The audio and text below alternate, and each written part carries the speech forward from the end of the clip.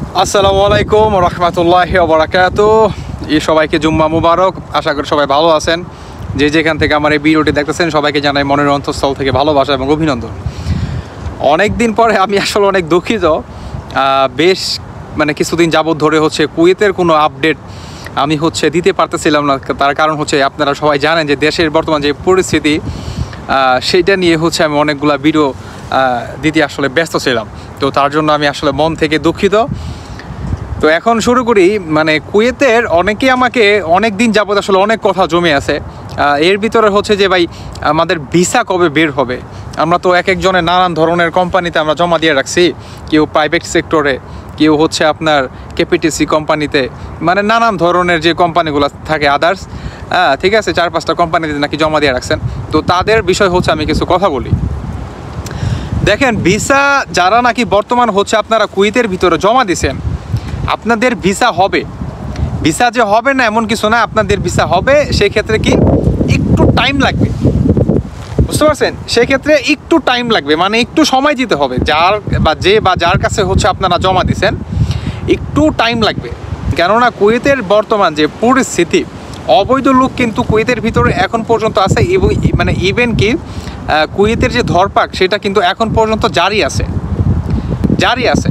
তো যেই পর্যন্ত প্রপারভাবে একদম যত অবৈধ আছে তাদেরকে যেই পর্যন্ত আপনার আইনের আওতায় ইভেন কি ধরা না হবে, সেই পর্যন্ত কিন্তু এই ধরপাক কিন্তু আপনার বন্ধ হবে না, তাই না? বন্ধ হবে না।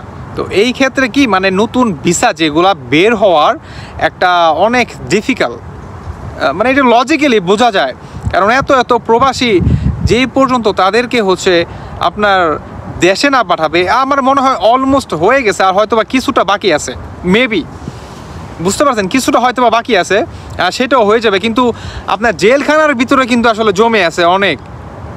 তাদের কিন্তু আপনার প্রতিদিন কিন্তু এই ধরনের লোকদের কিন্তু আপনার দেশে কিন্তু পাঠাচ্ছে। সেই ক্ষেত্রে একটা সিরিয়াল থাকে, বুঝতে পারছেন? সিরিয়াল থাকে। তো আমি বলবো কি ভাই, আপনারা যার মাধ্যমে ভিসাটা বা কাগজটা জমা দিচ্ছেন কুয়েতের ভিসার জন্য, আপনারা তাকে একটু প্যারা দেন, একটু চাপ দেন যে ভাই আমাদের ভিসার কি খবর, বা ভিসা বের হচ্ছে না কেন। অনেক ক্ষেত্রে হয় কি, আমি বলি চাপ দেওয়ার একটা রিজন আছে।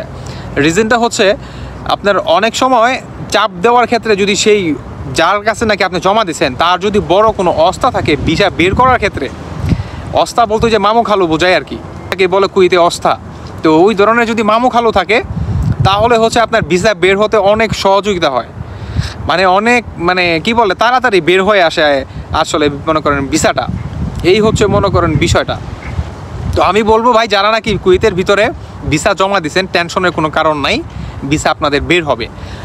এখন আরেকটা কথা বলি, সেটা কুয়েতের ভিতরে যারা নাকি বর্তমান আপনারা খাদিম ফ্রি ভিসা নিয়ে কাজ করতেছেন, অনেকেই আপনারা কোম্পানিতে পাইতেছেন না, কিন্তু অনেকে চাইতেছেন যে আপনারা কোনো মাতামে টাতামে একদম ঢুইকা যাওয়ার জন্য। আপনার 1 টাকাও লাগবে না, 1 টাকাও লাগবে না। কুয়েতের ভিতরে আমি আসলে সেই নামগুলো তো বলা মুশকিল, তবে আমি এতটুকুই বলি, আপনারা যদি সময় তো আর বেশি দিন নাই, আপনারা যদি ভালোভাবে যদি একটু খোঁজ খবর নেন, একটু ভালোভাবে যদি চোখ কান খোলা রাখেন, আপনারা কিন্তু অনেক ধরনের কিন্তু মাতামের যে কোম্পানিগুলো থাকে সেগুলো কিন্তু আপনারা পেয়ে যাবেন। তারা কিন্তু ফ্রি আকামা লাগাইতেছে, তাদের কোম্পানিতে আপনাদের কিন্তু ফ্রি ট্রান্সফার করে নিতেছে। সেক্ষেত্রে আপনার বেতন কিন্তু কম হবে, ধরেন 120 থেকে 130 টাকা হবে। তো অনেকেই আসলে হাউল হইতেছে আমাদের বাংলাদেশে, এরকম হইতেছে যারা নাকি আপনার ইন্ডিয়ান, তারপরে ইন্ডিয়ান যেই শ্রীলঙ্কা থাকে আপনার আন্ধ্রা টান্দ্রা, ওরা এই ধরনের কাজে বেশি আপনার হাউল হইতেছে বেশি। আমাদের বাংলাদেশিরা আসলে কম হইতেছে, কারণ এত টাকা খাদেম ফ্রি বিষয়ে 120-30 টাকা বেতনে ভাই কেউ হাউল হবে না। তো যাদের নাকি আসলে প্রয়োজন এই ধরনের কাজে হাউল হওয়ার, তারা হইতে পারেন।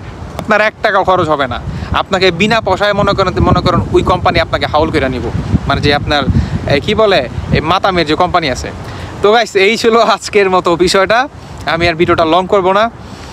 প্রতিনিয়ত আমি কুয়েতের বিষয়টা আপডেট দেওয়ার চেষ্টা করবো ইনশাআল্লাহ তাআলা। যদি কোনো মতে যদি মিস্টেক হয়ে থাকে সেটা ক্ষমা দৃষ্টিতে দেখবেন, আশা করি ইনশাআল্লাহ, আপনাদের ভাই বেরাদার হিসাবে। তো গাইস, সবাই ভালো থাকবেন। আল্লাহ হাফেজ, আসসালামু আলাইকুম।